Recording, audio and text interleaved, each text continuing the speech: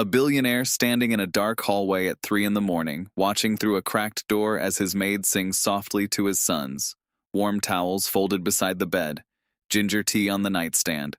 His fiancée asleep 2 floors up. He designed this night as a test, but the test didn't expose the maid. It exposed everyone else. How did a woman paid to clean his house become the only person in it who knew how to love his children? And why did watching her do it make him feel like the biggest failure in the room? Before we go any further, if stories like this move you, hit that like button right now. Subscribe so you never miss one and drop a comment below. Have you ever watched someone prove their love without saying a single word? Tell me. I read every single one. Now let's get into this. Nathan Cole's house had 7 bedrooms, 4 bathrooms, a home theater he hadn't turned on in 11 months, and a silence so thick you could hear the refrigerator humming from the 2nd floor. The kind of house that looked like a magazine cover from the outside and felt like a waiting room from the inside. Everything polished, everything placed, nothing touched. His twin sons, Liam and Noah, were 6 years old and had been living inside that silence since their mother Sarah passed away 2 years earlier. A car accident on a Tuesday afternoon, 1 phone call, 1 sentence, and the house that was already too big became something else entirely. It became a place where 3 people lived in separate rooms and ate at the same table without speaking. Nathan handled it the way men in his position often do. He hired people. A grief counselor who came on Wednesdays, a tutor who came on Fridays, a rotation of nannies who came with bright smiles and left within weeks, worn down by a 6-year-old who slammed doors and another 6-year-old who wouldn't speak at all. Noah was the loud one. He talked back, threw things, once told a nanny, "You're not my mother and you never will be." Liam was the quiet one. He sat at the kitchen table with a sketchbook and drew the same thing over and over. People at a dinner table. Always 4 chairs, one of them always empty. Grace Abram arrived on a Monday morning 14 months ago. She carried a small bag, a neatly pressed uniform, and a way of walking into a room that didn't ask for permission or attention. She was the 4th maid Nathan had hired that year. He expected her to last 3 weeks. She lasted 14 months and counting. Grace didn't try to fix the boys. She didn't kneel down with a bright voice and promise them everything would be okay. She just started doing things. She learned that Noah needed noise in the morning or he'd start the day angry, so she turned on the radio while making breakfast. She learned that Liam needed someone sitting near him while he drew, not talking, just present, so she folded laundry at the kitchen table. She learned that both boys needed someone to say goodnight and actually mean it, so she did. Every single night. She stood in the doorway of their room, said, "Goodnight, boys," and waited until they answered before she left. Nathan noticed all of this from a distance, from the top of the staircase, from behind his office door, from the edge of rooms he didn't know how to enter. He noticed, but he never said anything. Because saying something would mean admitting that a woman he paid $15 an hour was doing what he couldn't. And then Serena arrived, and everything that was quietly holding together began to come apart. Serena Whitfield entered Nathan's life 8 months ago at a charity gala in Manhattan. She was elegant, articulate, and moved through a room like someone who had been trained to be looked at. They started dating within a week. She moved into the guest suite within 3 months. Nathan proposed on a Thursday evening in his study with a ring that cost more than Grace's annual salary. Serena said yes before the box was fully open. She was good at certain things. She could plan a dinner party for 40 people without breaking a sweat. She could hold a conversation with Nathan's business partners and make them feel important. She could walk through the front door of the mansion and make it look like she belonged there. But there were other things, smaller things, things that only mattered if you were paying attention. She never went upstairs to check on the boys before bed. She kissed Nathan in the foyer, but stepped around the twins' backpacks like they were furniture she hadn't ordered. When Noah had a meltdown one evening over a broken toy, Serena looked at Nathan and said, "Shouldn't the maid handle that?" and went back to her phone. She called Grace the maid, never by her name, not once in 8 months. The boys noticed. Children always notice. Noah stopped acknowledging Serena's presence in a room. Liam drew the dinner table with 4 chairs, never 5. And Grace, who noticed everything but said nothing, kept the house running like a quiet engine that didn't need credit. It was a Tuesday night when Serena planted the seed. She and Nathan were in the living room. The boys were asleep. Grace had gone home for the evening. "Don't you think it's strange how attached they are to her?" Serena said it casually, like an observation, not an accusation. But the word strange sat in the air like smoke. Nathan looked up. Attached to who? The maid. They don't come to me like that. They don't come to you like that. But the second she walks in, they follow her around like she's their mother. Don't you think that's a little concerning? Nathan didn't answer. He stared at the glass in his hand and turned it slowly. Serena leaned forward. "I'm not saying she's doing anything wrong. I'm saying maybe we should find out what she's really doing. Test her. Tell her the boys are sick one night. See what she does when she thinks no one is watching. If she really is what she seems, then fine.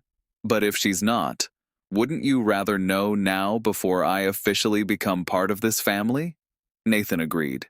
Not because he doubted Grace, but because he didn't know how to disagree with Serena when she used that voice. The one that sounded reasonable and caring but always led somewhere sharp. In the kitchen, Grace's small saucepan sat drying on the rack. Beside it, a jar of honey and a piece of ginger root she kept in the back of the spice cabinet. Her own supply, brought from home. Things she used to make a tea her mother taught her before she died. Things no one in that house had ever asked about. The next afternoon, Nathan found Grace in the kitchen loading the dishwasher.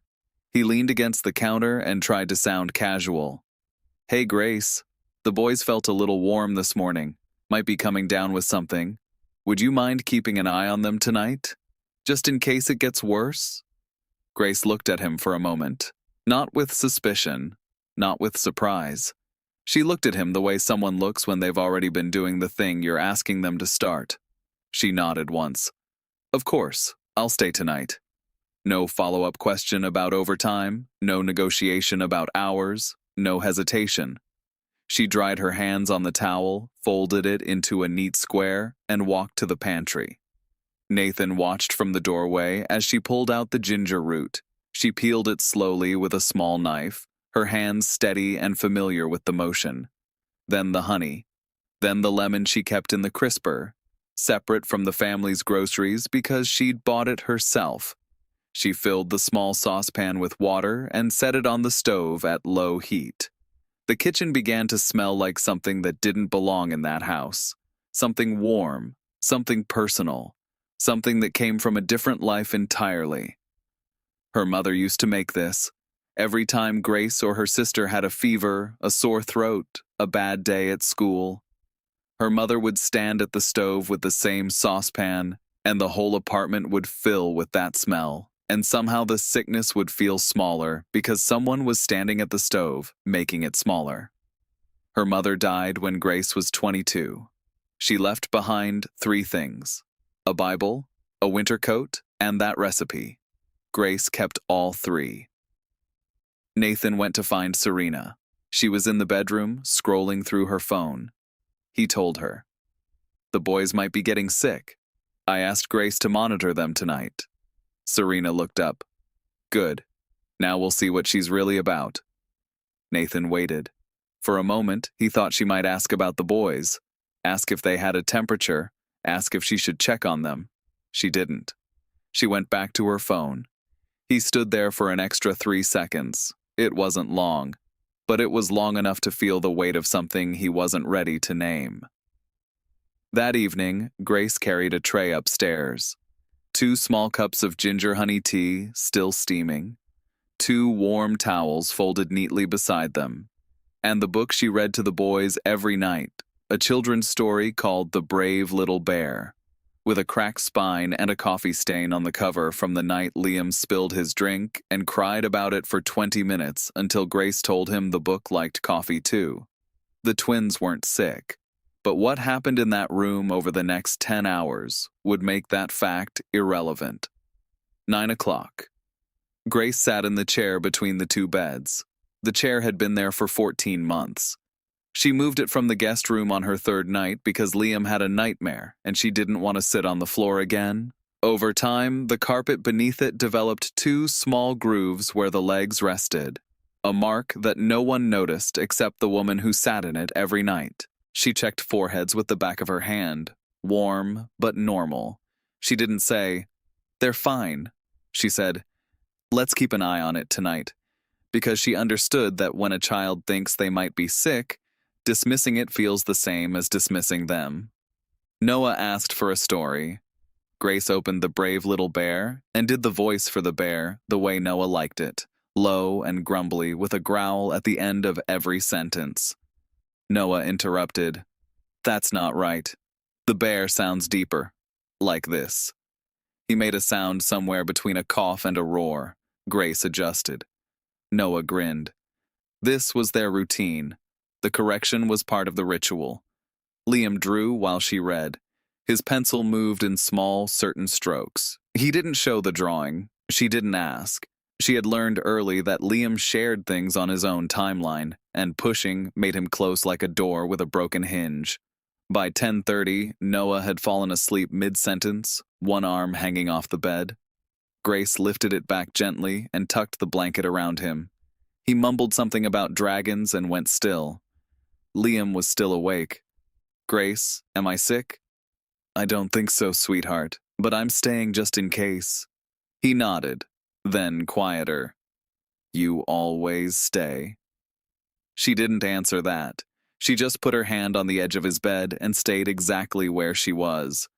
At 11, Liam's stomach started hurting, not from illness, from the thing that lived in his chest and moved to his belly when the house got too quiet.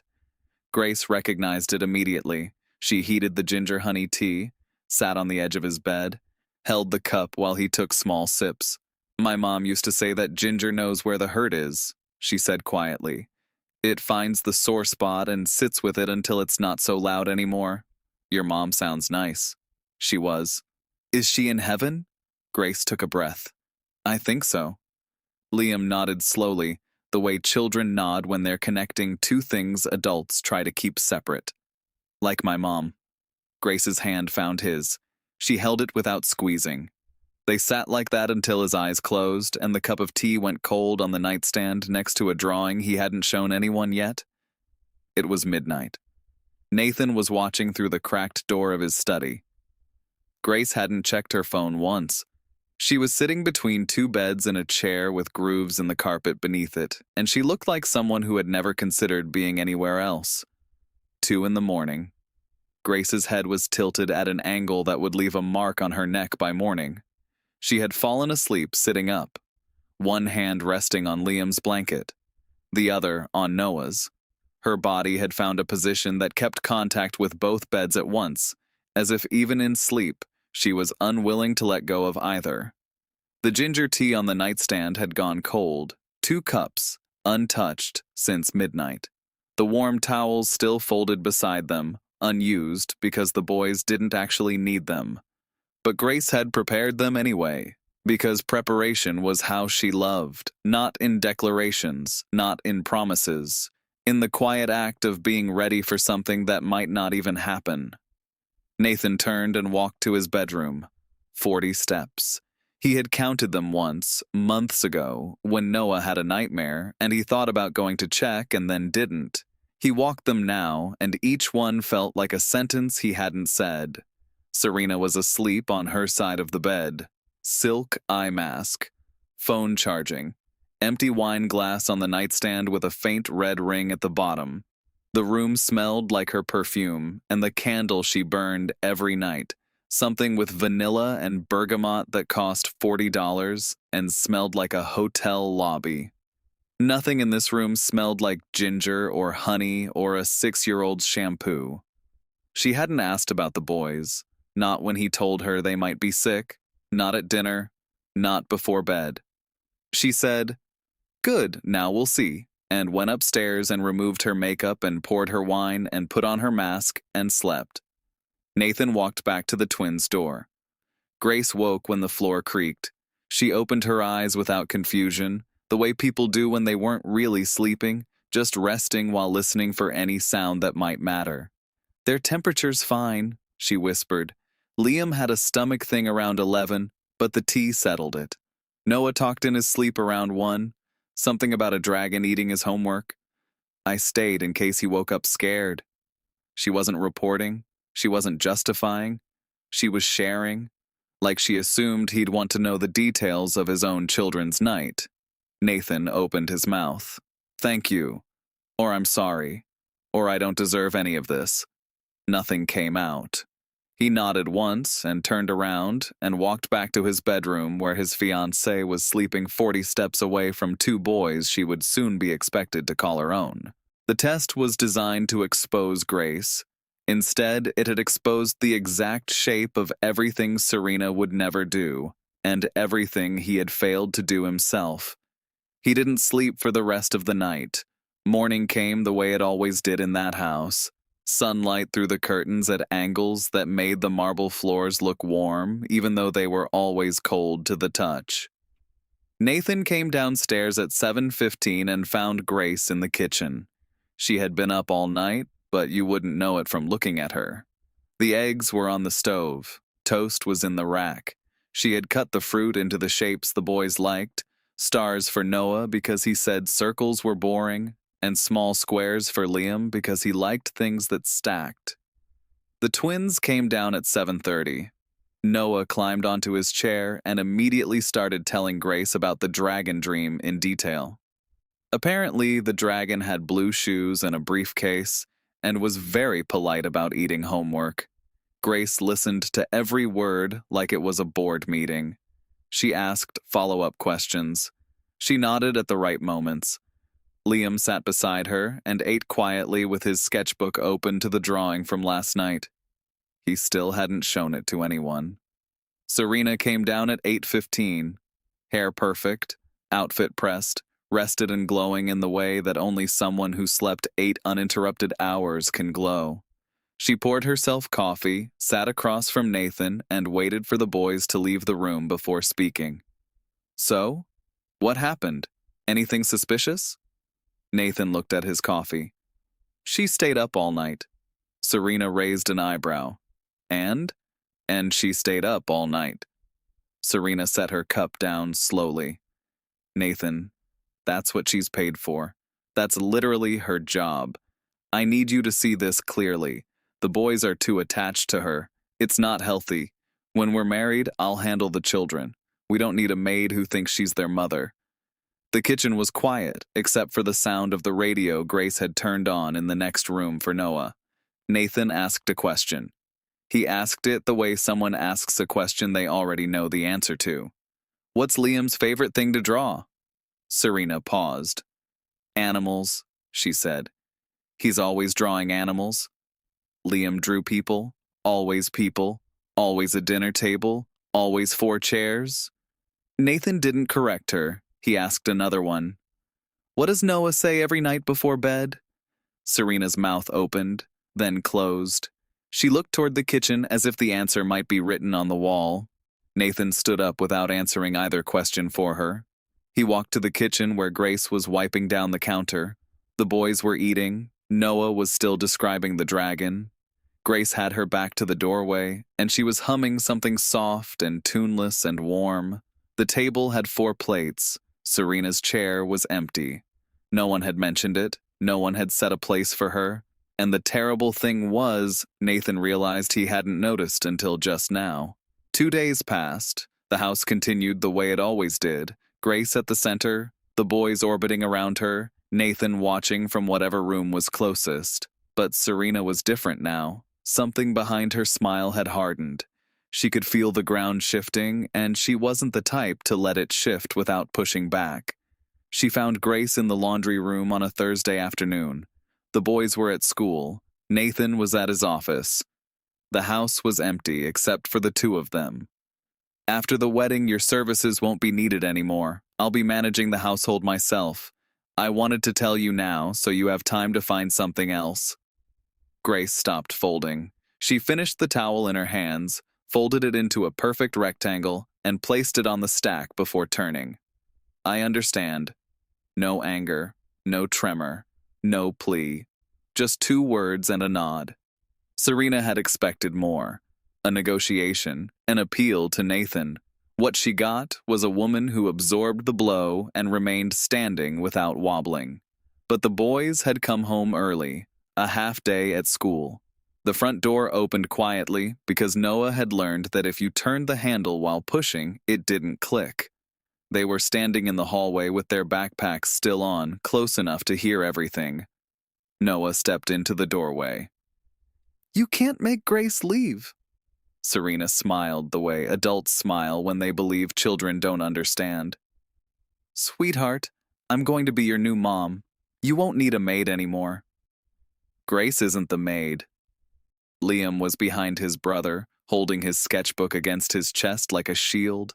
He spoke so softly that Serena had to lean forward. "She's the one who stays." 4 words. The room went silent in a way that felt physical.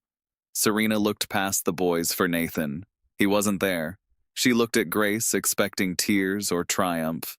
She got neither, just a woman standing beside folded towels, looking at 2 boys with an expression that held everything in place without breaking. Grace excused herself that evening. She went to her apartment and stood with her hands flat on the kitchen counter and breathed slowly through her nose the way she did when the world pressed too hard. That night, she started packing, not dramatically. She folded her spare uniform, put the ginger root and honey in a paper bag, wrapped the small saucepan in a towel. She was not the kind of woman who fought to stay where she wasn't wanted. She was the kind who left with everything she brought and nothing she didn't. At 9 that evening, something slid under her door at the house. She was gathering the last of her things from the room Nathan had given her for late nights. She bent down and picked up a piece of paper, a drawing, Liam's drawing. 4 people at a dinner table, Grace, Liam, Noah, Nathan. 4 plates, 4 cups, no empty chair, no 5th person. Just the 4 of them, drawn in pencil by a child who knew exactly what he wanted his family to look like. Serena found the drawing the next morning on the kitchen counter. She picked it up and studied it the way someone studies a verdict they weren't expecting. 4 people. None of them were her. She waited for Nathan in his study. She held the drawing in front of her like evidence in a trial she was losing. "Your sons drew their family. I'm not in it. This is what happens when you let the help raise your children." Nathan looked at the drawing for a long time. At the 4 plates and 4 cups, and the way Liam had drawn Grace's hands, one reaching toward each boy, like a bridge between 2 shores. Maybe the drawing is accurate. The words landed like glass on stone. Serena's face changed into something colder than anger. "What did you just say to me?" Nathan stood. He wasn't loud. He spoke the way a man speaks when he's been thinking about something for 48 hours and has finally found the words. "I said maybe my sons see what I was too slow to see." "Fine, then choose. Her or me. Because I'm not staying in a house where the maid has more authority than your fiancé." Through the wall, Nathan could hear the faint sound of the radio. Grace turned on every morning for Noah. "You came into this house 8 months ago. Grace has been here for 14 months. My sons didn't smile for the first 6 months after their mother died. Not once. Grace is the reason they started again. She's the reason Noah tells someone about his dreams in the morning. She's the reason Liam draws people at a table instead of an empty room. So if you're asking me to choose between the woman my children drew at the dinner table and the woman they didn't, that's not a choice. That's a verdict." Serena stood still. She didn't scream. She didn't throw anything. She nodded once, slowly, the way someone nods when they realize they've been outmaneuvered not by a person, but by something they never thought to compete with.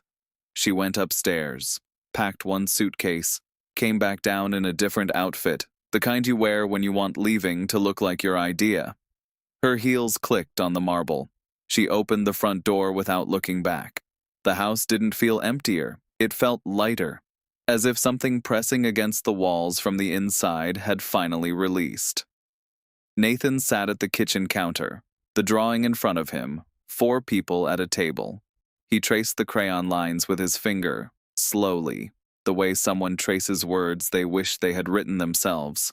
He folded it carefully, opened his wallet, and placed it behind his license and in front of his credit cards, where he would see it every day, where it would remind him, every time he reached for something expensive, that the most valuable thing he owned was drawn in pencil by a 6-year-old who knew what family looked like before his father did. The days after Serena left were quiet in a different way. The old silence was hollow. This silence had texture.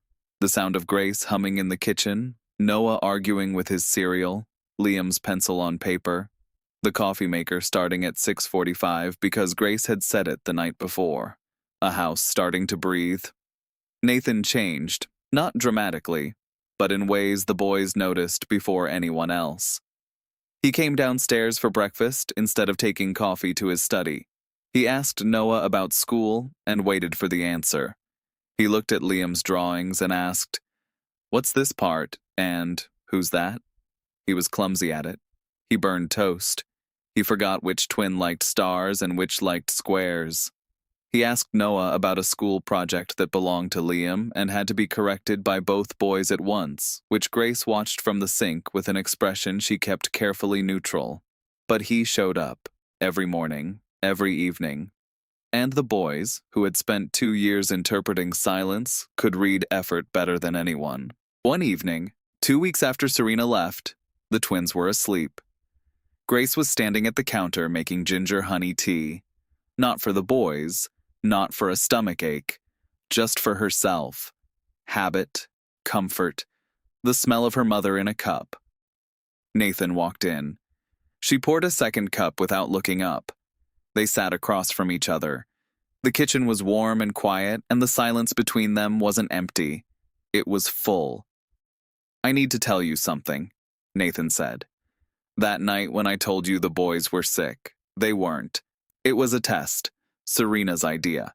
I wanted to see what you would do when no one was watching." Grace's hands stayed on her cup. "And what did I do?" "Everything. You did everything." The words sat between them next to the cups and the honey jar and the saucepan that had been in this kitchen longer than Serena had been in this house. "I should have seen it sooner. I was so busy building walls around this family that I didn't notice someone had already found her way inside them. I wasn't trying to get inside anything. I was just trying to make sure 2 boys knew that when they woke up at night someone was there. That's why it worked." His hand covered hers on the counter. It was the first time they had touched beyond the accidental brushing of plates and jackets. His hand shook slightly in a way he couldn't control. Grace didn't pull away. She didn't lean in. She let his hand rest on hers and let the moment exist without rushing it. "If this is going to be something, it can't start while I work for you. I won't be someone's maid and their partner in the same house. Then let's figure that out." The ginger tea steamed between them. The kitchen was warm. The radio was off, but the house hummed with something else. Something that sounded like the beginning of a story that had been waiting a very long time to be told. 6 months passed. 6 months measured not in quarterly earnings or square footage, but in smaller things. The first time Nathan cooked dinner without setting off the smoke alarm. The first time Liam showed a drawing before anyone asked. The first time Noah went an entire week without slamming a single door. Grace moved out the week after that night in the kitchen. She took her saucepan and her ginger root and her mother's recipe card. Nathan asked her to stay. She said, "No, I won't be your employee and your partner. That's not how this works." And he loved her more for saying it.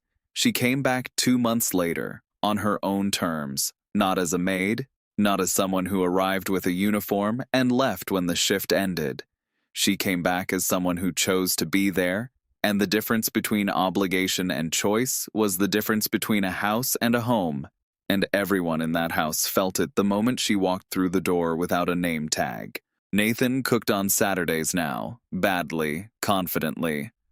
Grace supervised from the counter with her arms crossed and a look that balanced patience and amusement in equal measure. Noah set the table, stars for himself, squares for Liam, a regular circle for Nathan because Dad hasn't earned a shape yet. Dad, you burned the rice again. That's why we have Grace. Grace didn't miss a beat. That's why you have a fire extinguisher. Noah laughed the way he laughed now, open and loud and without checking the room first to see if it was allowed. Liam brought his newest drawing to the table. 5 people, Grace, Nathan, Liam, Noah. And above them in the sky, a woman with a kind face and her hands reaching down like she was touching the tops of their heads, not gone, not erased, just somewhere else, watching. Grace looked at it for a long time. She put her hand on Liam's shoulder. She'd love this. I know. Serena sent a card for the twins' birthday. It arrived on the right day. Inside, 5 words. I'm learning. I hope they're well. No demands. No guilt. Nathan put the card on the fridge beside Liam's drawing and Grace's mother's recipe card, and the collection of things that mattered in that house had nothing to do with what they cost. That night, Grace found 2 cups of ginger honey tea on the counter. She hadn't made them. The boys had. The ginger was cut in uneven chunks. Too much honey. No lemon. The cups were mismatched, neither the right temperature. Grace picked up the smaller cup, took a sip, and closed her eyes. She smiled the way someone smiles when the thing they gave away comes back in a different shape, but with the same warmth inside it. Nathan stood behind her, close enough that she could feel him, far enough that she could breathe. And that distance, that exact distance, was something they had earned through months of learning that love isn't built in grand gestures or midnight confessions. It's built in cups of tea left on counters and drawings slid under doors and the 40 steps between one room and another that someone finally decided to walk. The recipe card hung on the fridge with a magnet Noah picked from a gas station. Below it, Liam's drawing. 4 people at a table, finally in color. Above the table, a sky made of blue crayon and something that looked like peace. Some tests don't reveal what people will do. They reveal what was already true.